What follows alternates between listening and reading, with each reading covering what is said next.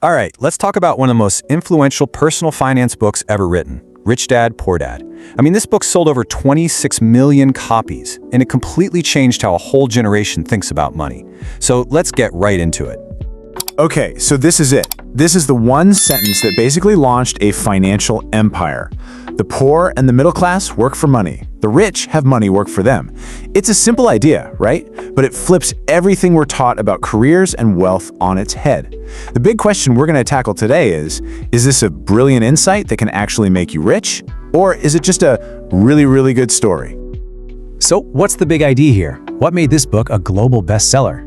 Well, it all boils down to a super simple story. A tale of two dads, each with a totally different way of looking at money.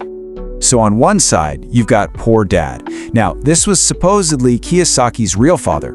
A super educated guy, followed the traditional path, you know the drill. Get good grades, find a safe, secure job, and really, really value stability. But on the other side, there's Rich Dad. This was his friend's father, a high school dropout who is all about financial independence, about making your money work for you. And these two clashing mindsets, that's the foundation for the entire book. The whole Rich Dad philosophy really just boils down to this one super simple definition. An asset, it's anything that puts money in your pocket. That's it. So think about it, like a rental property where the rent you collect is more than enough to cover all the costs, or maybe a stock that pays you a nice steady dividend. The key here isn't just that the thing is valuable, it's that it's actively generating cash for you month in, month out. And then you've got the flip side, a liability. You guessed it, that's anything that takes money out of your pocket. And this is where things get a little controversial. That car you're making payments on? Liability. Even your own home, with the mortgage, the taxes, the repairs.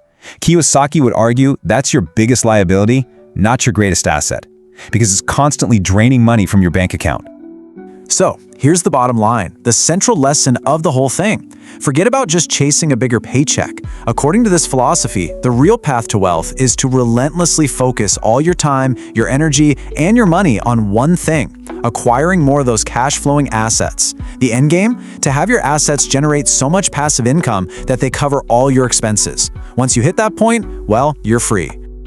Sounds like a powerful idea, right? And it is, but the story doesn't end there. As the book got more and more famous, so did the questions about the author and about the story he was telling. So let's pull back the curtain and look at the controversy. And this is the question that really started to pull at the threads of the whole narrative.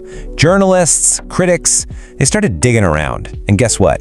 They couldn't find any proof that this Rich Dad character ever even existed. So was the central figure of the whole book just a clever story? And the pushback wasn't just some gentle questioning either. Oh no. You had people like John T. Reed, an author and real estate investor himself, who just came out swinging. This quote, wow, it really gives you a sense of how intense the criticism from some financial experts really was. And the criticisms go deep, they really do. Critics like Reed argue that the advice isn't just kind of vague, it's actually dangerous. Kiyosaki's been accused of promoting some shady stuff, like using insider stock tips, which is, illegal.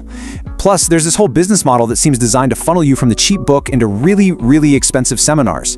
And maybe the biggest hit of all, the accusation that his own wealth didn't come from following the advice before he wrote the book, it came from selling the book itself. And then there's this.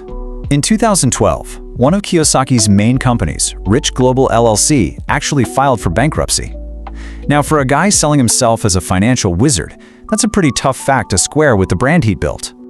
The story itself seems to change over time too. Back in 1992, in an earlier book, Kiyosaki called his poor dad, his actual dad, the best teacher he ever had. Fast forward to 1997, and suddenly it's Rich Dad. Then by 2006, he's saying his best teacher was the futurist Buckminster Fuller. This kind of inconsistency just added more fuel to the fire for people who were already skeptical. Okay, so if the story is shaky and the author is, let's say, controversial, should we just toss the whole book in the trash? Well, not so fast.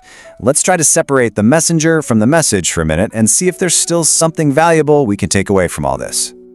Okay, let's get a little more specific here, because a lot of financial experts talk about two different goals. First up, you have financial independence. Think of this as the foundation. It's when your passive income covers all your basic living expenses, so you don't have to work if you don't want to. But then there's financial freedom. That's the next level up. That's having enough money to live your absolute ideal life without any stress about money at all. So really, it's like a two-step journey. Step one is building that fortress of security with financial independence. And once you've got that, you've earned the freedom to make choices, to explore, to live the life you actually want. It's a much more personal goal than just getting rich, right? So how do you actually do it? I mean, for real? This is all about taking that core idea, building assets, but doing it with a grounded, reliable playbook that doesn't depend on some mysterious guru. All right, here are 4 concrete steps you can actually take. First, you've got to know your expenses. Track everything so you know exactly what your starting line is. Second, figure out your FIRE number. That's for financial independence, retire early. It's basically the total amount of money you need to have invested to live off the returns. Third, invest consistently. Think diversified assets like mutual funds to grow your wealth slow and steady. And fourth, and this is crucial, cover your risks. Get that term insurance, health insurance, and an emergency fund in place. See, this isn't about getting rich quick, it's about building real, sustainable wealth. And if you're sitting there thinking, okay, but where do I even start? Here's the super simple, super powerful tool, the 50-30-20 rule. It's easy. 50% of your take-home pay goes to your absolute needs, rent, food, that stuff. 30% is for your wants, the fun stuff that makes life worth living. And then a non-negotiable 20% goes straight into savings and investments. It's a really straightforward way to get a handle on your cash flow. And you can start literally today. You know, when you look at all of this, maybe we've been asking the wrong question the whole time. It's so easy to get hung up on whether Rich Dad was a real person or not, but honestly, the more powerful question, the one you should be asking yourself is, what does being rich or financially secure or financially free, what does that actually mean to you? Because defining that for yourself, that's the real first step to building your own path to wealth.